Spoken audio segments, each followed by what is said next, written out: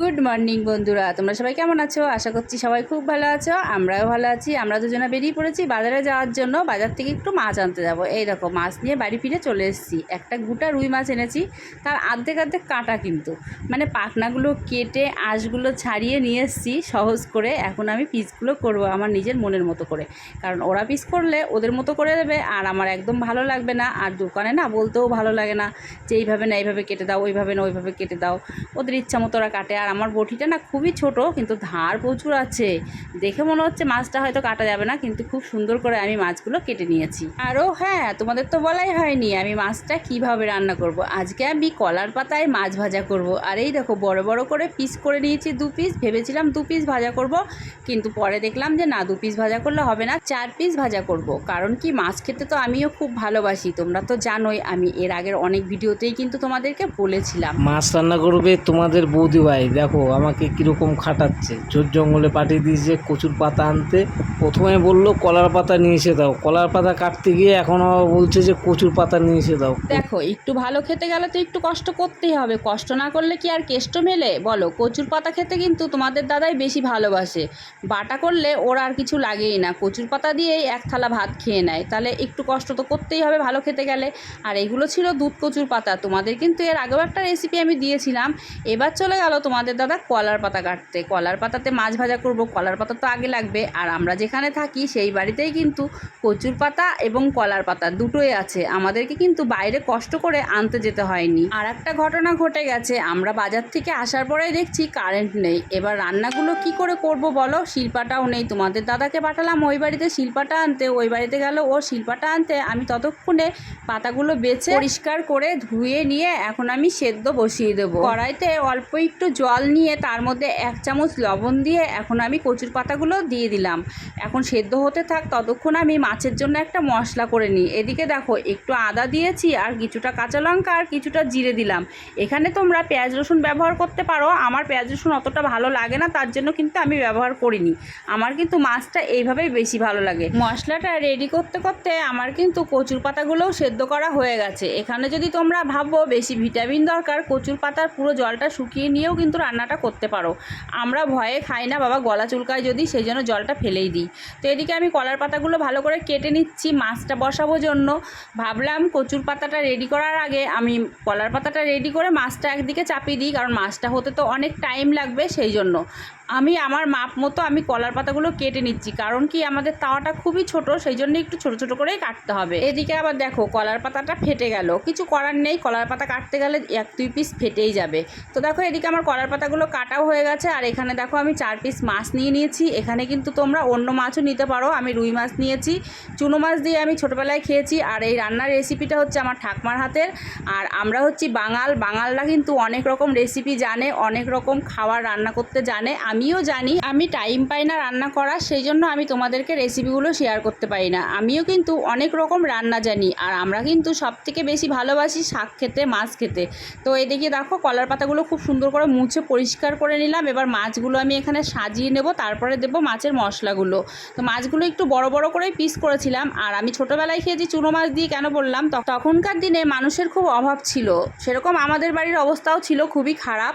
তার জন্য চুনো মাছটাই বেশি খাওয়া হতো, কারণ তখন ছিল চুনো মাছের দাম কম আর বড় মাছের দাম বেশি। যেমন এখন ছোট মাছের দাম বেশি আর বড় মাছের দাম কম। তবে আমি যতবার খেয়েছি ছোট মাছ দিয়েই খেয়েছি, বড় মাছ দিয়ে আমি কোনোদিনও খাইনি। তবে আজকে আমি রান্না করব রুই মাছ। রুই মাছটা দেখি কেমন লাগে, তোমাদেরকে অবশ্যই জানাবো কেমন লাগে। আর অনেকেই হয়তো খেয়ে থাকবে এই রেসিপিটা, কারণ এখন অনলাইন যুগ, সব রেসিপি অনলাইনে পাওয়া যায়। তো এখানে দেখো, আমি লবণ, হলুদ আর অল্প একটু শুকনো লঙ্কার গুঁড়ো দিয়েছি। আর কাঁচা লঙ্কা, আদা, জিরে বাটাটা দিয়ে ভালো করে মাছগুলো মেখে নিচ্ছি।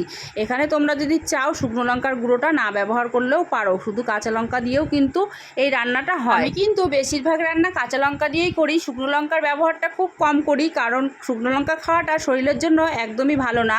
তার জন্য আমি শুকনো লঙ্কাটা খুব কম ব্যবহার করি। এদিকে দেখো, গ্যাসে কিন্তু আমি মাছটা বসিয়ে দিলাম। কিভাবে তোমরা তো দেখতেই পারলে। এক গ্যাসে মাছটা হচ্ছে, আর এক গ্যাসে আমি কড়াই চাপিয়ে দিয়ে কালো জিরে দিয়েছি।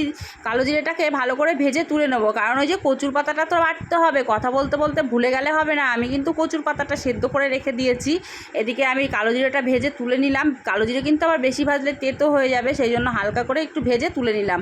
আর এদিকে দেখো মাছটা কিন্তু ফুটতে শুরু করেছে, যতক্ষণ কলার পাতা না পুড়বে ততক্ষণ কিন্তু ভেজে যেতে হবে। এদিকে কিন্তু কড়াইয়ে তেল দিয়ে কাঁচা লঙ্কা আর রসুন ভাজতে শুরু করে দিয়েছি। কাঁচা লঙ্কা আর রসুনটাকে খুব ভালো করে ভেজে নিয়ে তারপরেই কচুর পাতাগুলো দেবো। এদিকে দেখো মাছগুলো কিন্তু বেশ ভালোই ফুটে উঠেছে।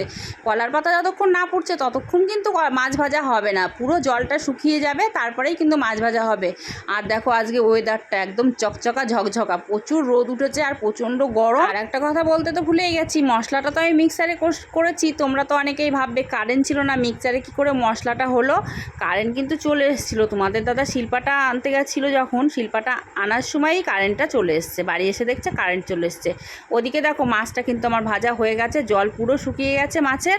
এখন মাছটা উল্টাতে হবে। কলার পাতাও কিন্তু নিচের থেকে দুটো পাতা একদমই পুড়ে গেছে, আর একটা পাতা একটু গায়ে মাখা মাখা মতো পুড়েছে।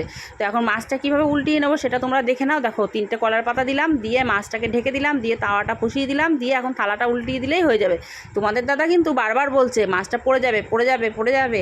আমি বললাম না গো, পড়বে না, আমি এর আগেও করেছি এরকম রান্না, আজকে প্রথমবার না। একটু কোনো দিক দিয়ে দেখো একটু বেরোয়নি, কারণ জলটা তো আমি শুকিয়ে নিয়েছি। আর এরকম মাছটা পুরা হয়ে গেছে। এই যে কলার পাতার পুরাটা যে গায়ে লেগে আছে মাছের গায়ে, সেটার সেন্ট অসাধারণ, খুবই ভালো লাগবে। না যারা আবার পাতুরি খেয়েছে তারা কিন্তু জানে কলার পাতার সেন্টটা কেমন লাগে। তো সেরকমই ধরো এই গন্ধটাও লাগবে, কিন্তু একটু আলাদা হবে। পাতুরি একটু আলাদা ধরনের হয়, আর কলার পাতার মাছ ভাজাটা কিন্তু একটু আলাদা ধরনের হয়।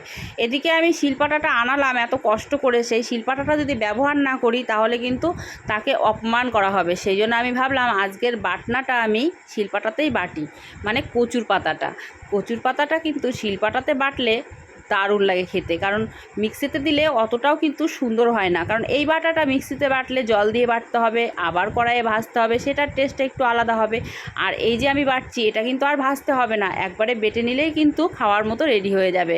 তো আমি শিলপাটায় আজকে খুব সুন্দর করে বেটে নেবো। অনেক দিন পরে কিন্তু শিলপাটা ব্যবহার করছি। মিক্সার মেশিন হওয়ার কারণে আমরা কিন্তু শিলপাটা ব্যবহার করতে ভুলেই গেছি। তবে ভিডিওতে দেখা যায়, যখনই ফেসবুক খুলি ইউটিউব খুলি অনেকেই দেখি শিলপাটা ব্যবহার করে। জানি না ভিডিওর কারণে করে নাকি সত্যিকারেই তারা ভালো খাওয়ার জন্য করে। তবে শিলপাটার খাওয়ার কিন্তু আলাদাই একটা টেস্ট হয়। যাই হোক, আমি কচুর পাতাটাকে শিলপাটায় খুব সুন্দর করে বেটে নিচ্ছি। আর বাটতেও কিন্তু অনেকটাই টাইম লাগে, মিক্সিতে দিলে যতটা তাড়াতাড়ি হয়ে যায় ততটা তাড়াতাড়ি কিন্তু শিলপাটায় বাটা হয় না। আমার কচুর পাতা বাটা রেডি। এই কচুর পাতার উপরে এবার একটু সর্ষের তেল দিলেই পুরো ফুল রেডি। তবে সর্ষের তেল দিলে এর টেস্ট কিন্তু আরও বেড়ে যায়। এখানে এই বাটাতে তোমরা পেঁয়াজ ব্যবহার করতে পারো, আমি দিইনি কারণ আমার শুধু রসুন দিয়েই ভালো লাগে। এদিকে কিন্তু আমার মাছ রান্নাটাও রেডি হয়ে গেছে। দেখেছো কি সুন্দর হালকা পুড়ে গেছে, নিচেটাও কিন্তু এরকমই পুড়ে গেছে।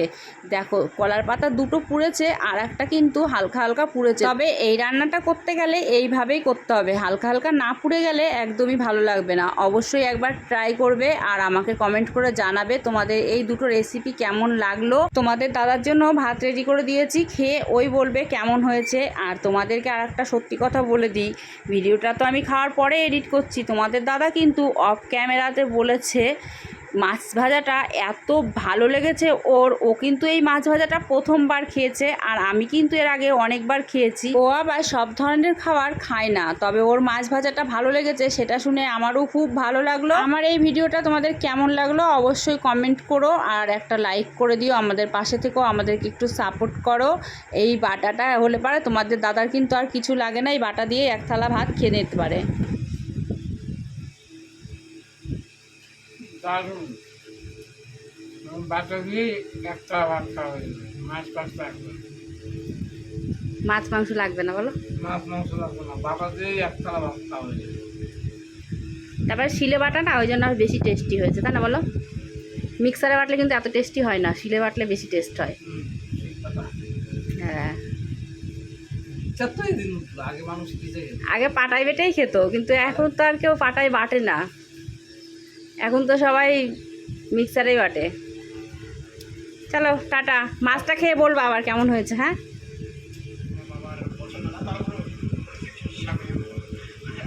দেবো কাটা বাটা।